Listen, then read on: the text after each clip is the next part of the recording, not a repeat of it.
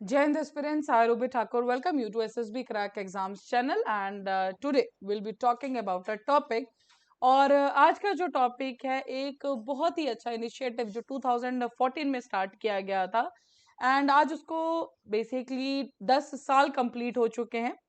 तो हम बात करें मेक इन इंडिया इनिशिएटिव की, तो चलिए जानेंगे एंड तक कि ये ऐसे कौन कौन सी जो है अचीवमेंट्स हमें इसके अंदर देखने को मिली।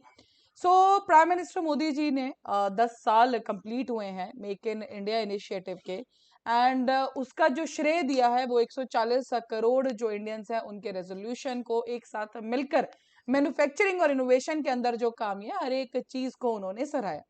एक ब्लॉग भी उन्होंने इसके अंदर लिखा है that is for the impact of making in India shows that Bharat is unstoppable.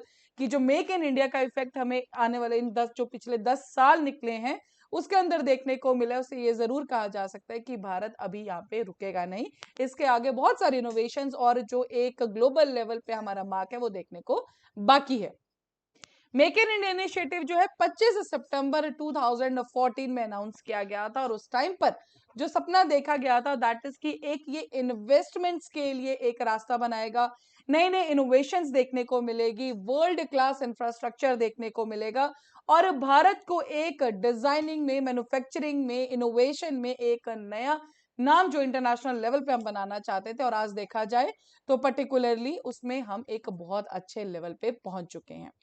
Domestic manufacturing के जैसे कि आप नाम सुनते हैं मेक इन इंडिया, भारत को किसी टाइम पे सोने की चिड़िया उसकी सेल्फ सफिशिएंसी के लिए कहा जाता था और आज भी जब इसका इनिशिएटिव को स्टार्ट किया गया था तो दो चीजें, एक तो डोमेस्टिक मैन्युफैक्चरिंग और ग्लोबल सप्लाई चेन जो है उसके अंदर कुछ भी हमें हानि ना पहुंचे, इस चीज का ध्यान रखते हुए इनका जो है एक जो प्राइम मिनिस्टर मोदी जी का विजन है उस पर बात की गई थी। हर एक चीज पे बात करेंगे लेकिन स्टार्टिंग करते हैं कि जो मेक इन इंडिया है उसके मेन 4 पिलर्स हैं: new processes, new infrastructure, new sectors और न्यू माइंडसेट। तो न्यू प्रोसेसेस की बात करें तो यहाँ पर बात की जाती है कि नई नई प्रोसेस से, चाहे वो स्टार्टअप्स को लेके हो या नई राय को लेके हो, उसके ऊपर काम किया जाना चाहिए। न्यू इंफ्रास्ट्रक्चर जिसका मतलब कि जो इंटरनेशनल लेवल पे इंफ्रास्ट्रक्चर है, तो अलग अलग सेक्टर्स में, चाहे वो टेक्नोलॉजी को रिलेटेड हो या नई नई बेसिकली सेक्टर्स को लेके हो, उसके ऊपर काम करना चाहिए। न्यू सेक्टर्स तो ऐसे बहुत सारे अनटच्ड सेक्टर्स थे जिसपे हमने काम नहीं किया था। फॉर एग्जांपल 2014 में बात करें तो इलेक्ट्रिक व्हीकल्स का जो सेक्टर है उसका कहीं नाम भी नहीं था, बट आज हम आगे बात करेंगे कि हमने किस लेवल पर अचीव किया है।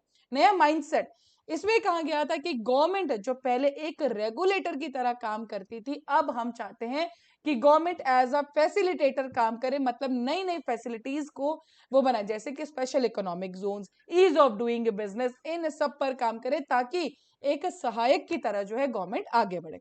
बात करें 2014 में, अगर भारत की जो ranking ease of doing business, मतलब कोई भी अगर नया बिजनेस सेटअप करना चाहता है तो उसके साथ किस लेवल पे जो है फैसिलिटीज ऑलरेडी गवर्नमेंट देती है, तो 2014 में इंडिया की रैंकिंग थी 142, लेकिन 2019 में हम 63rd रैंक पर आ चुके हैं।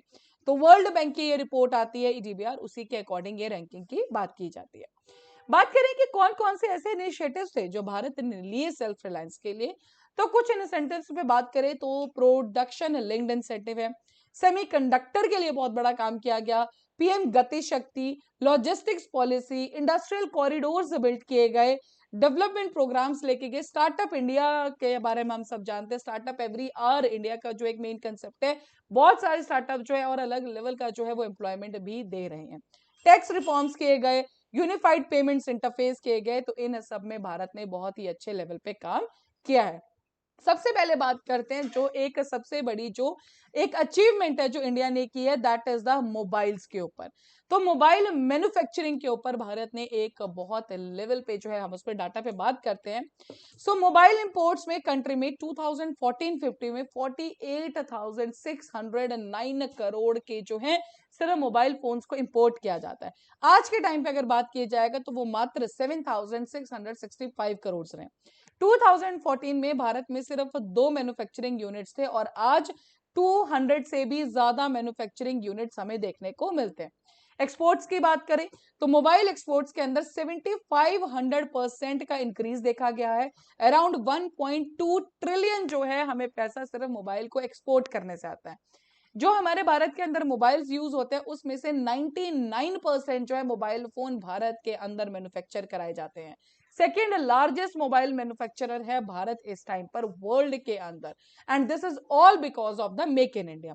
नेक्स्ट बात करें स्टील इंडस्ट्री के ऊपर, तो जो भारत एक नेट इंपोर्टर था, आज के टाइम पे फिनिश्ड स्टील का नेट एक्सपोर्टर बन चुका है। स्टील प्रोडक्शन में इंक्रीज देखा गया है 50% से 2014 से, और फिजिकल ईयर 23-24 तक बात की जाए। सेमीकंडक्टर हब इस टाइम पे जब हम एक विकसित भारत का सपना देख रहे हैं तो सेमीकंडक्टर चिप्स एंड ऑल के अलावा हम सोच भी नहीं सकते, चाहे वो इलेक्ट्रॉनिक व्हीकल्स के साथ हो, आर्टिफिशियल इंटेलिजेंस के साथ हो, सुपर कंप्यूटर्स के साथ हो, हर जगह। सो पीएलआई स्कीम जो सेमीकंडक्टर्स के लिए अप्रूव की गई, that is the 76,000 crore. Bharat और यूएस भी टीम अप करते हैं सेमीकंडक्टर फैब प्लांट जो कि कोलकाता में बनने वाला है।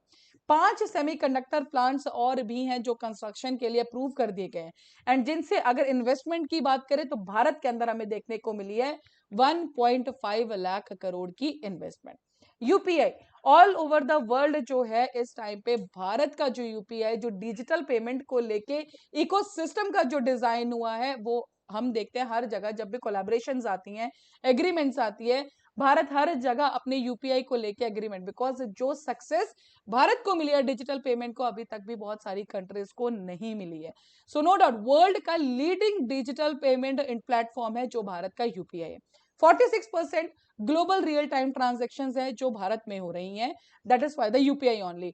81 लाख करोड़ ट्रांजेक्शन अगर अप्रैल जुलाई 2014 की 24 की बात करें, that is just from the UPI. And बहुत सारे देशों ने यूपीआई को या भारत से एक एग्रीमेंट साइन किया ताकि वो यहाँ से आइडिया ले सके और अपने देश के अंदर भी इसे अप्लाई कर सके। So this is also a make in India का एक और success. Renewable energy electrical vehicles, Bharat इस टाइम पे 4th लार्जेस्ट प्रोड्यूसर है रिन्यूएबल एनर्जी का, जहां पे हर एक टाइम पे हर एक देश सोच रहा है कार्बन एमिशंस के लिए, रिन्यूएबल एनर्जी के लिए, तो India is really doing a great job. 400% increase मिला है हमें रिन्यूएबल एनर्जी की कैपेसिटी के ऊपर अगर पिछले 10 सालों की बात करें।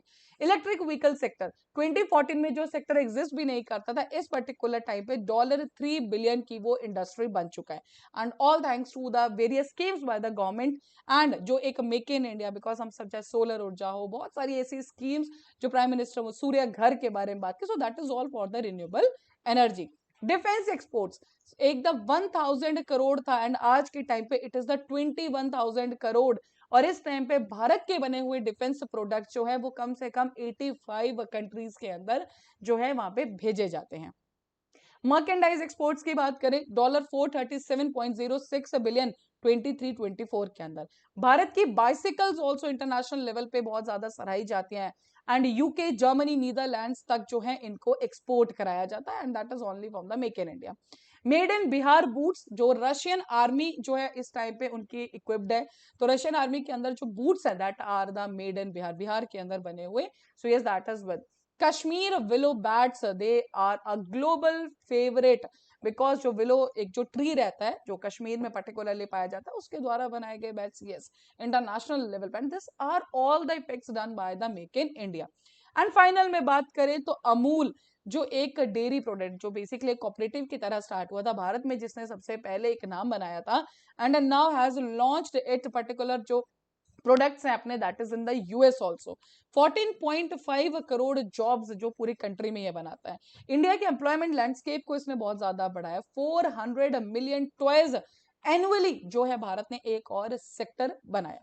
सो बेसिकली इन सब अचीवमेंट्स को देखने के बाद ये जरूर माना जा सकता है कि जो एक मेक इन इंडिया की सोच जो प्राइम मिनिस्टर मोदी जी ने 2014 में देखा था, जो एक विजन देखा गया, तो उससे कई ज्यादा हमने इन सिर्फ 10 सालों में अचीव किया, एंड जो हमने 2047 में 2047 में जो हमने विकसित भारत का सपना देखा है, तब तक इस पर्टिकुलर इनिशिएटिव से जो सेल्फ सफिशिएंसी की तरफ हम बढ़ रहे हैं, of course it will make mark a great job.